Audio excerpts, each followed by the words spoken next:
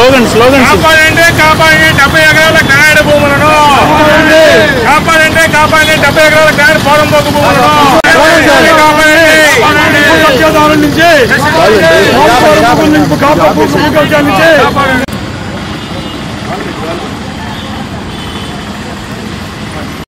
ప్రభుత్వ ఆస్తులను కాపాడాల్సిన ప్రభుత్వ సిబ్బంది ప్రైవేటు వాళ్ళకి ఈ లిక్కర్ మాఫియాలకి గ్రానైట్ మాఫియాకి కొమ్ముగాయటం అనేది చాలా దుర్మార్గం.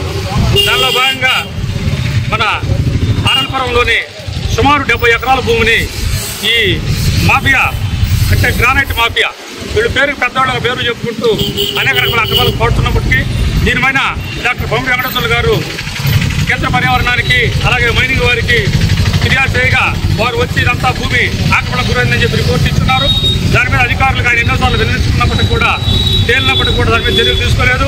వెంటనే దీని మీద ప్రభుత్వ అధికారులు దర్యాప్తు జరిపి వెంటనే చర్యలు తీసుకోవాలని, అలాగే ఈ పోలీసు సిఐ అయినటువంటి సుబ్బారావు చేకూర్తి సిఐ సహకరించాల్సిన అధికారి ప్రజలకు సహకరించిన అధికారి ఈ కబ్జాదారులకు సహకరించడం అనేది చాలా బాధాకరమైన విషయం.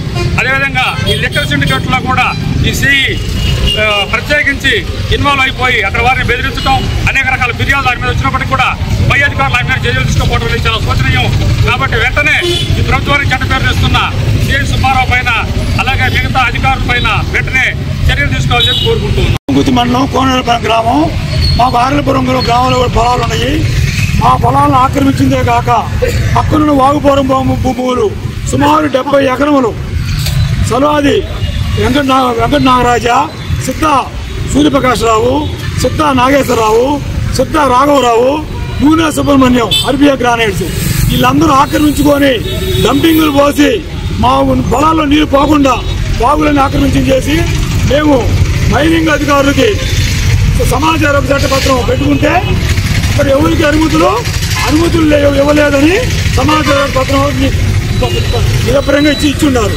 ఇచ్చినా కూడా మేము వెళ్ళి మే నెల తారీఖు 22 తారీఖు మేము సాయంత్రం 5 గంటలకు వెళ్ళి ఫోటోలు అవి తీసుకుంటా ఉంటే సర్వజంగన్నారాయణ అనుచరు ఎర్రగొండ చంద్రశేఖరు, మేనేజర్ వెంకటేశ్వరరావు మరియు లారీ డ్రైవర్తో వచ్చి మీకు దిక్కున్న చోటు చెప్పుకోండి, మాకు పై అధికారులందరూ సపోర్ట్ ఉంది, మాకు సిఐ సపోర్ట్ ఉంది, మీరు అడ్డొస్తే లారీగం తొక్కిస్తాము అని చెప్పి మమ్మల్ని బెదిరించారు.